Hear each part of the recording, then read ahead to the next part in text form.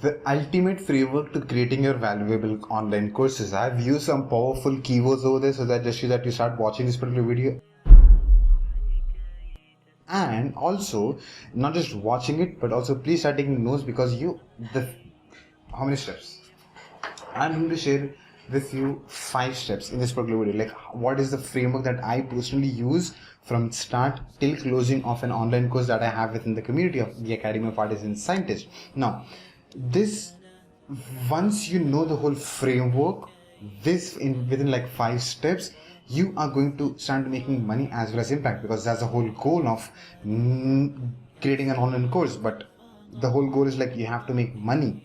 That's great, but you also start making an impact. And I've kind of classified that into 5 different topics, 5 different steps. And to be very honest and being being very open with you, everything comes. 5 steps is a journey in itself. When you watch this thing, each point has got a journey within itself. So my thing is like, this is very bad. No, flag.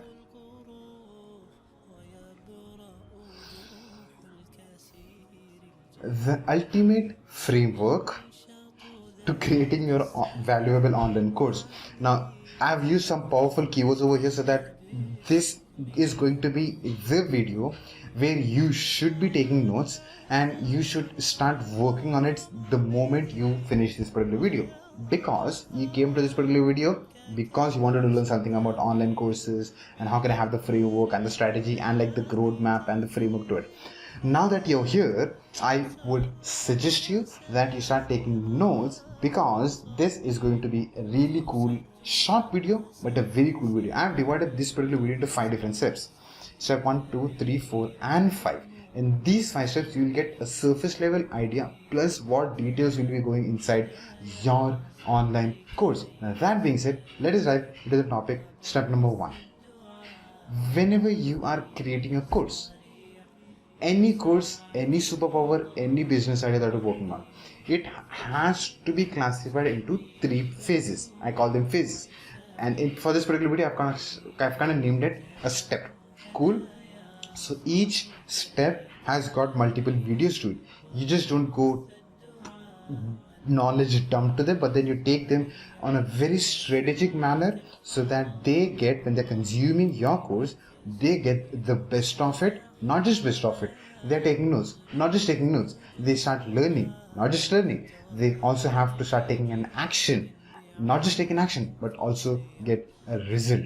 They have to go through this journey. That's where you are putting your hard that's where you're putting your hard-earned capital into making an online course. That's where you are giving those efforts, you're investing that time and putting those efforts into creating something rock solid that impacts them. Also make money, but then impacts them. How can that benefit them? So it has to go with a very strategic manner, and from A to B, how do you take them? That brings us to step number 1. Step number 1 has always to do with orientation. Once they purchase your course, they need to know what they actually purchase from you. So orientation, I have seen people jumping into, I also did that mistake back in the day. Learned a lesson that we should never jump into the topic before introduction, before any orientation, because the content is great, but then they should know who you are. I'm specifically talking about online courses. So orientation is your step number 1.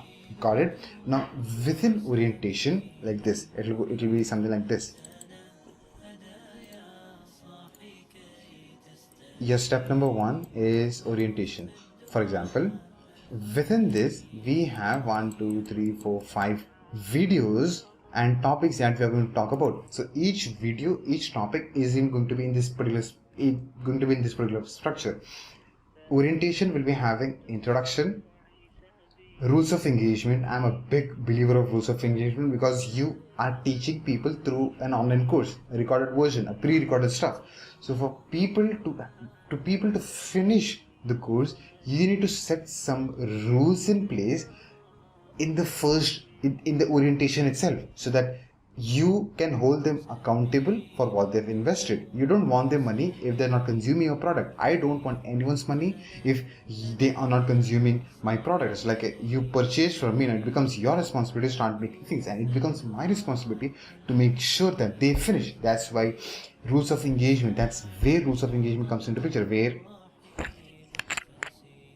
Mike is like tada, it kind of fell.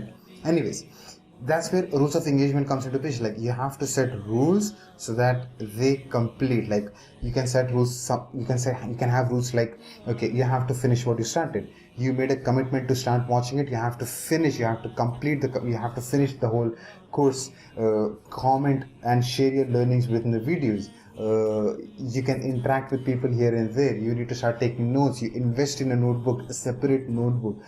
For example, if that's a live session, you have to have your videos open in a Zoom call and stuff like that. So these are the few examples that can help you derive more examples with whatever. For example, if you're into calligraphy, what are the rules people should be following so that they get, by the end of the day, by the end of the course that you have created, they should be getting results that you have promised, that there are expectations that you have set. Those expectations, those results they have to get. You can facilitate it only by having rules. First one was introduction. Second one was rules of engagement. Third one was immediately set an agenda. Like what are you going to learn? These are the topics that I've covered for you. These are the things that we are going to talk about. These are the things that we are going to dive deep into and come back. So when you say set an idea, once you say like, today we are going to learn these four topics, these three subtopics. Tomorrow when you come, you get these assignments done. So once you set an agenda, so they know exactly what they have invested in. Upfront, never let your student assume things. You always tell them, okay, this is what you invested in upfront, very clearly. They would hate you if you don't have an agenda, because that's how things work. When people this AC went for it, when this AC had issues like a year back, couple of months back, and when the technician came and he was not communicating with me, he wasn't saying what was wrong with it, he was not saying what has to be done with it. He was like, okay, we have to take this. I was like, dude, come on, you have to communicate with me, you have to tell me what's wrong. Why did that happen? How long the AC has been like this? Like the AC wasn't cooling for like a week, but then something else have triggered that. That's why the whole weeks it just not cooling. What triggered it in the first place, and how long this issue has been? Now when you take it, how much is it going to charge me, and what are you going to do with it, and how long would the guarantee be and stuff like this. So I need to know what's going on with my product. I have invested money into getting that particular condition. Like, okay, I need to know what you're going to do with this. So when someone is investing in your product, in your online course, they have to know an agenda of it. About you. Now, about you is a very important part where you say, why did you create this particular course? What made you create this particular course? Because there was a reason that you created the course, not just for the sake of making money, but then there was some deeper reason that created this particular course. Like, why did I create a course sacred system within the community of Academy of Arts and Sciences? Because I felt that has to be step number one. Step number one of going anywhere into venturing out into business, because you can create a business. You can have all tools, resources, financial support, all the support in the world. If you don't have sacred system, you make 3 lakh rupees, you make 10 lakh rupees, the money will start consuming so much of you. If you don't have a core sacred system, it's like, okay, before even going anywhere else, you need to have core sacred system. So you need to derive a point like, why did I created this one thing? That one point. Then goals of the course. You will have to set some goals of the course. Okay, these 1, 2, 3, 4 goals is where I can see these are the goals that I've crafted for you. When you go through this course, that is what you're going to accomplish towards the end of the course. So this all comes under the banner of orientation, a big page turning page. You get the point. Step number 2. That was step number 1. In other words, phase number 1. Phase number 2, the step number 2, the basics / foundations. For example, if you're teaching, let me take an example. If you are teaching something cool, what could that cool be? Let me derive you with an example. If you're going to teach me accounts. People have tried it. I have failed, they have failed, both of them have failed. For example, if you're teaching me accounts, you created accounts, now you're teaching me accounts. Now that you have set a cool context in the first phase, the phase number 2 will now be talking about the basic concepts. What is accounts? Why is accounts so important for you to get a specific job? Mistakes, the fresh people who have no idea what accounts is. Let's take a pure example of you being an accounts teacher for 11th grade, where accounts comes into picture into life for the first time. So what could be the few mistakes that students make when they are starting off that accountancy stream, because they had never came across the subject so-called accounts. Now that they are first times, like what could the mistakes they could be making? What are the myths about accounts? Accounts need not just have to be for employees for getting a job, but then you have a house, you have a fridge, you eat food, you have rent to pay.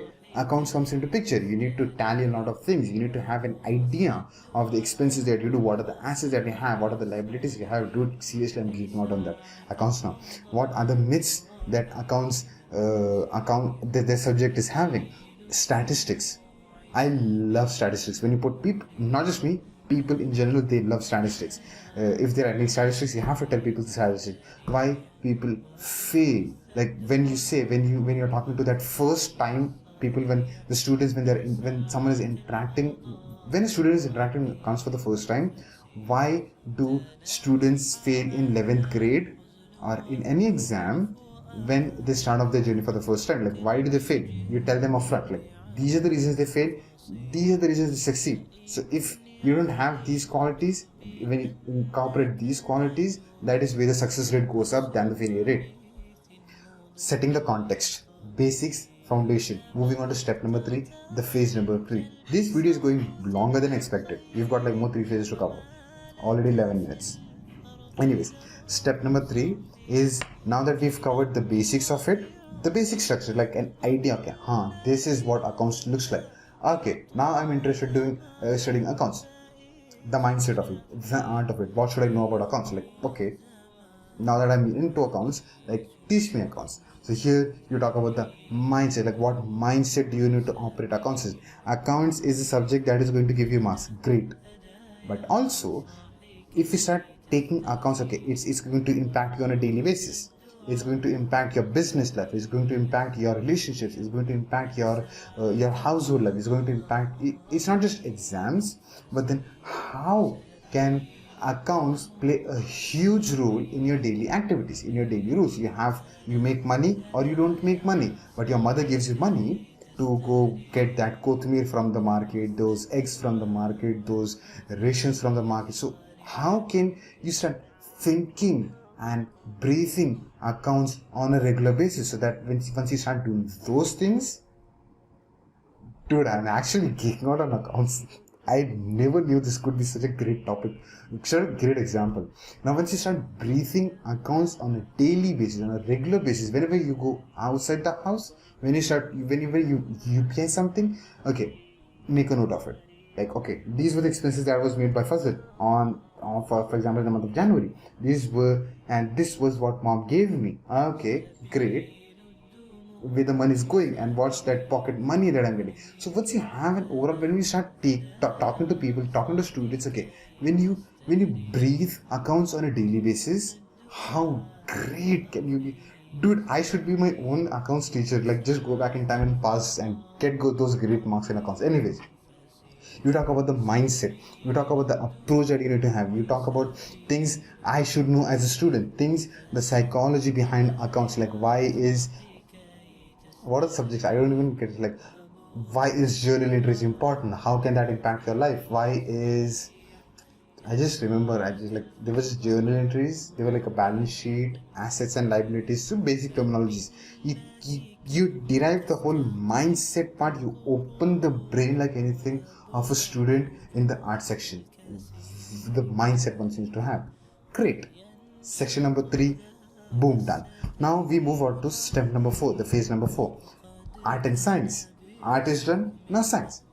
Give them a homework. Give them a framework, give them a strategy, give them a sheet, give them a document, give them a formula, give them step by step by step. Okay, let us take, for example, again, accounts example. You are a new student. On a weekly basis, I want you to be maintaining, okay, this is the cash mom is giving you for expenses. Great, cash in hand. These are the expenses that you're doing. Great. You also had an income, your pocket money. How much money did you use to get those eggs when the money was short on this part? Okay, this money is you're using. What are the liabilities? What are the cash in hand? If you're using in bank account, you're using those when, for example, if you're making those bank transactions, so great.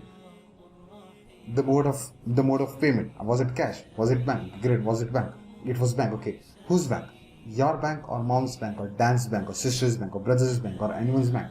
So when you give them in framework, okay, from week 1 to week 2, this is the framework that you need to do. You go ahead and do this. Now I'm specifically talking for the students of 11th grade, all the way apart from the academics, because if they get great here, if you give them like week 1 you do this, week 2 you do this, by the time they are on week 4th and 5th and stuff, if they're starting to journal the daily expenses they do, they will become so very great at the balance sheet, the academics, because now you are relating the boring thing, the academics part, which is generally boring, now that you're connecting that with daily life, because they have money, they are making those transactions. Now you are kind of bridging that gap with their daily life. Now when you do that, when you give them the framework, they'll do miracles. I would have done miracles. This is so cool. So, point being, in step number 4, science.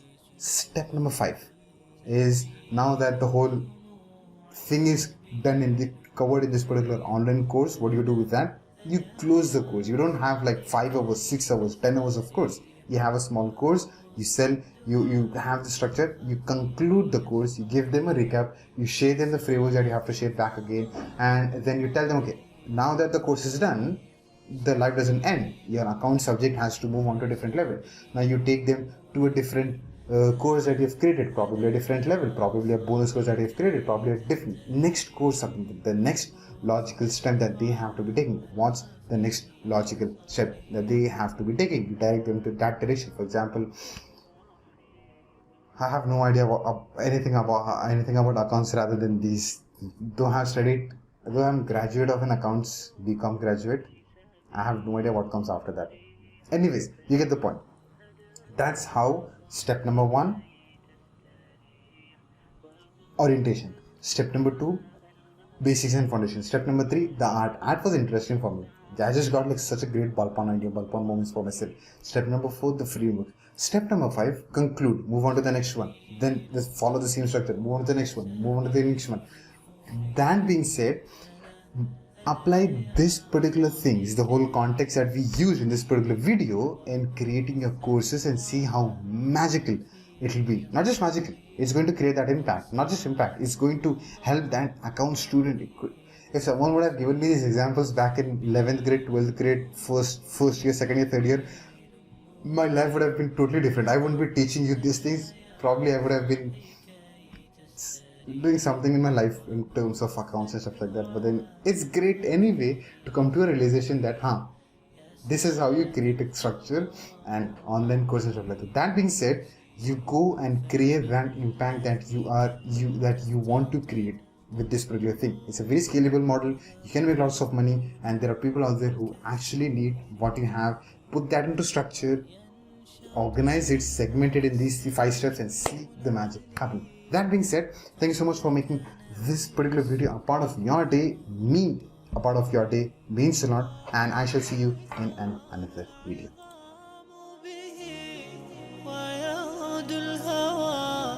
ككبش ذبيح بذكر